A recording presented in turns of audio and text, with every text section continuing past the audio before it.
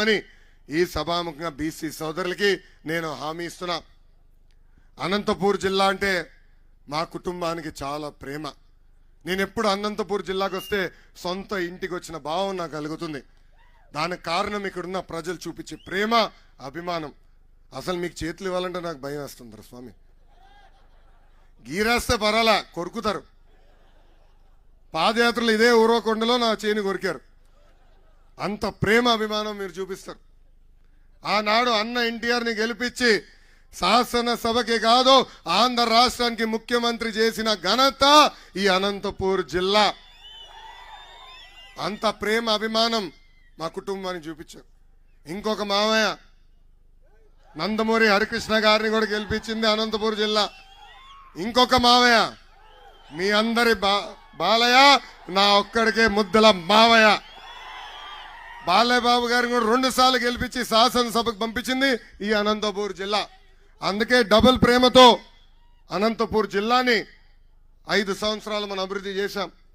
కరువున అనంతపూర్ జిల్లాలో కార్లు పండే విధంగా చేసిన వ్యక్తి చంద్రబాబు నాయుడు గారు.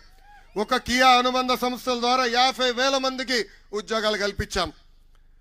130,000 మంది రైతులకి 90% సబ్సిడీ ద్వారా డ్రిప్పులు కూడా అందజేసింది మన ప్రభుత్వం. ఇట్లా చెప్పుకుంటా పోతే ఒక్క సంవత్సరంలో ఇన్పుట్ సబ్సిడీ ద్వారా 2,000 కోట్ల రూపాయలు నేరుగా రైతుల అకౌంట్లో జమ చేసిన ప్రభుత్వం తెలుగుదేశం ప్రభుత్వం. ఆనాడు అకాల వర్షాల వల్ల రైతులు నష్టపోతుంటే ఏకంగా ట్యాంకర్లు తీసుకొచ్చి మన చీనీ చెట్లు కూడా కాపాడిన వ్యక్తి మన నాయకుడు చంద్రబాబు నాయుడు గారు. రోడ్లు కానీ బ్రిడ్జ్లు కానీ ఎక్కడ చూసినా మన పనులే కనపడతాయి. ఈ సభాముఖంగా అనంతపూర్ ప్రజలు ఒక విషయం ఆలోచించాల.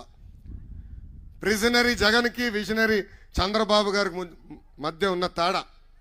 చంద్రబాబు నాయుడు గారు ముఖ్యమంత్రిగా ఉన్నప్పుడు కేవలం 600 ఎకరాలు భూసేకరణ చేసి ఒక కియా తీసుకొచ్చాం. ఈరోజు ఆ కియా వల్ల 50,000 మందికి ఉద్యోగాలు ఉపాధి ఈరోజు ఉన్నాయి. అదేవిధంగా ఈ ప్రిజనరీ జగన్ వాళ్ళ తండ్రి ముఖ్యమంత్రిగా ఉన్నప్పుడు ఏకంగా లేపాక్షి నాలెడ్జ్ హబ్ పేరుతో 8,844 ఎకరాలు భూసేకరణ చేశారు. ఇంకో పక్కన సైన్స్ సిటీ పేరుతో 8,000 ఎకరాలు భూసేకరణ చేశారు. అంటే దాదాపు 17,000 ఎకరాలు భూసేకరణ చేశారు.